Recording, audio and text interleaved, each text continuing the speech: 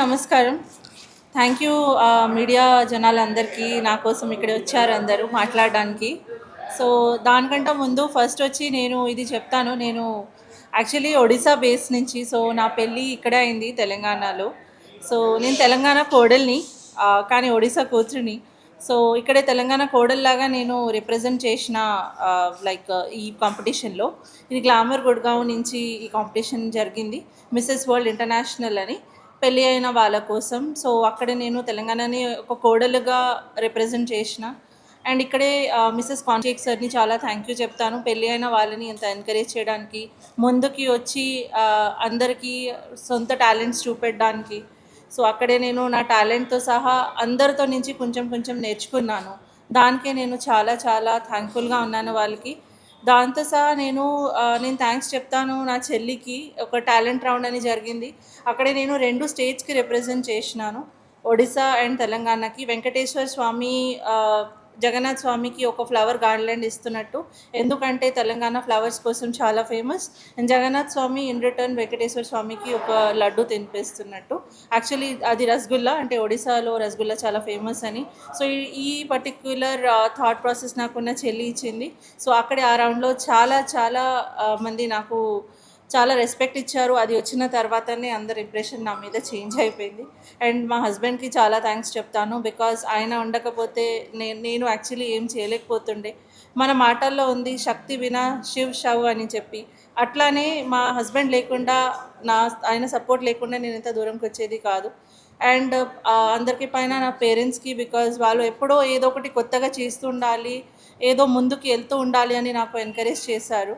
And నేను దాని ముందు అందరికంటే ఫస్ట్ నేను థ్యాంక్స్ చెప్తాను జగన్నాథ్ స్వామికి అండ్ వెంకటేశ్వర స్వామికి.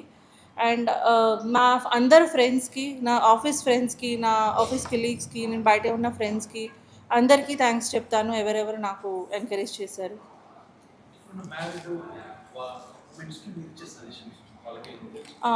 యాక్చువల్లీ పెళ్ళి అన్నట్టు అన్నిటికీ బంద్ అయిపోతుంది అని అందరి థాట్ ప్రాసెస్ ఉంది. బట్ పెళ్ళి అయిపోయిన తర్వాత కూడా ఒక నారి చాలా ముందుకు వెళ్ళొచ్చు. ఇప్పుడు మన థాట్ ప్రాసెస్లో ఏముంటుంది, పెళ్ళి అయిన తర్వాత ఏమీ చేయడానికి అవ్వదు, పెళ్ళి దాని తర్వాత మన సంసారం ఉంటుంది, దాని తర్వాత ఒక వేరే లైఫ్ అయిపోతుంది అని థాట్ ప్రాసెస్ ఉంటుంది. కానీ మన హిందూ దేవతలకి చూస్తే శివుడు ఒక డిపార్ట్మెంట్ చూసుకుంటే పార్వతి ఒక డిపార్ట్మెంట్ చూసుకుంటారు. అట్లానే విష్ణు ఒక డిపార్ట్మెంట్ చూసుకుంటే లక్ష్మి ఒక డిపార్ట్మెంట్ చూసుకుంటారు. అందుకే మన సంస్కృతిలోనే ఉంది ఇది. నారీ నుంచినే సభ్యత వచ్చింది. నారీ ముందుకి ఉంటేనే మన సమాజం ముందుకు ఉంటుంది. సో, అందుకే మీకు ఏమైనా టాలెంట్స్ ఉంది అది ప్రాక్టీస్ చేస్తూ ఉండండి, ముందుకు వెళ్తూ ఉండండి, సొంత టాలెంట్స్ సమాజానికి చూపిస్తూ ఉండండి. ఎలా పార్వతి శివుడికి భార్య అయినా సరే తన సంసారం చూసుకుంటున్నారు, బట్ మన అందరినీ కూడా చూసుకుంటున్నారు, మన అందరికీ శక్తి ఇస్తున్నారు. అట్లానే మనం కూడా ఒక నారీ శక్తిగా ముందుకెళ్ళి సమాజానికి శక్తి ఇవ్వడానికి ప్రయత్నిస్తూ ఉండాలి. Women okay. ఎంపవర్మెంట్ గురించి వచ్చి ఇప్పుడు ఫర్ ఎగ్జాంపుల్ ఒక అమ్మాయికి టాలెంట్ ఉంది పెయింటింగ్ చేయడానికి, లేకపోతే ఏదో ఒక సమాజానికి శిక్ష ఇవ్వడానికి. సో, దాట్ గురించి ఇప్పుడు ఫర్ ఎగ్జాంపుల్ మన ఇంట్లోనే ఉన్నాము, ఐదుగురికి చెప్తున్నాము, కానీ ఈ మాట సమాజంకి వెళ్ళట్లేదు. బట్ ఈ రోజుల్లో మన దగ్గరే సోషల్ మీడియా అన్నట్టు ఒక మీడియం ఉంది. సోషల్ మీడియాలో సొంత టాలెంట్స్ పోస్ట్ చేసుకోవచ్చు, సమాజంలో ఏం జరుగుతుంది దాని గురించి రాసుకోవచ్చు. ఎవరికి రైటింగ్ టాలెంట్ ఉంది వాళ్ళ రైటింగ్ గురించి, ఎవరైనా పెయింటింగ్ టాలెంట్ ఉంది దాని గురించి, ఏదైనా సరే ఆ టాలెంట్ని బయటకి చూపిస్తేనే మనం అందరినీ ముందుకు తీసుకురావచ్చు.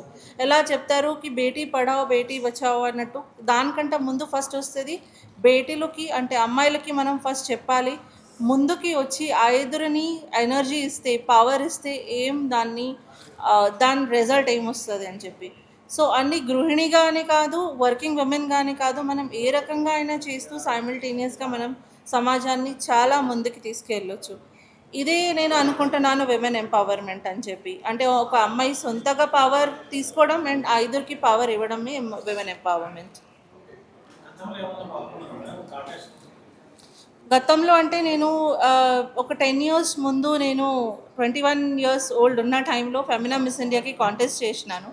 సో, ఆ టైంలో నాకు హెల్త్ ఇష్యూస్ వచ్చాయి. సో, నేను చాలా పర్టిక్యులర్ కొన్ని రౌండ్స్ తర్వాత నేను వదిలేసినాను. అంటే ఒక 2, 3 రౌండ్స్ తర్వాత.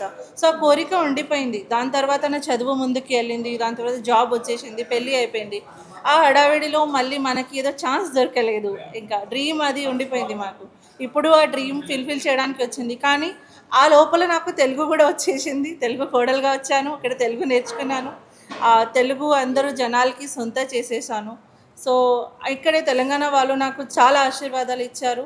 చాలా ఎంకరేజ్‌మెంట్ ఇచ్చారు. దానికి నేను చాలా చాలా థాంక్స్. పేరు సిప్రా మల్లిక్.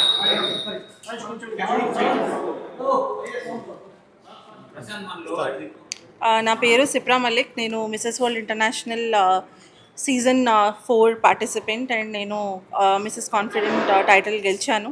సో, ఇట్లాంటి కాంపిటీషన్స్‌లో మళ్ళీ మళ్ళీ పార్టిసిపేట్ చేయాలి. మన తెలంగాణకి రిప్రజెంట్ చేయాలని కోరుకుంటున్నాను. సో, అందరికీ ఒక థ్యాంక్స్ చెప్తాను. తెలంగాణ జనాలకి ఫస్ట్ ఆఫ్ ఆల్ నాకు ఎంత సపోర్ట్ చేయడానికి అండ్ అభిషేక్ సార్‌కి, బర్ఖా మ్యామ్‌కి, నా చెల్లికి, మా హస్బెండ్‌కి ఎవరెవరు నాకు సపోర్ట్ చేశారో నేను అందరికీ థ్యాంక్స్ అంటున్నాను. అండ్ నేను అందరు అమ్మాయిలకి చెప్తాను, ఇట్లానే ముందుకి రండి, మీ టాలెంట్ ఏంటో చూపియండి. నాట్ ఓన్లీ ఇన్ ప్యాజెంట్స్, మీకు ఒకవేళ కావాలంటే టాలెంట్ కాంపిటీషన్స్లో అయినా, డాన్స్ కాంపిటీషన్స్లో అయినా, మీకు ఒకవేళ ఈ రోజుల్లో ఏఐ వచ్చింది, ఏఐ మీద ఒకవేళ నాలెడ్జ్ ఉంది అన్న సమాజం ముందు చూపియండి, ముందుకు వెళ్ళండి. All the best everyone.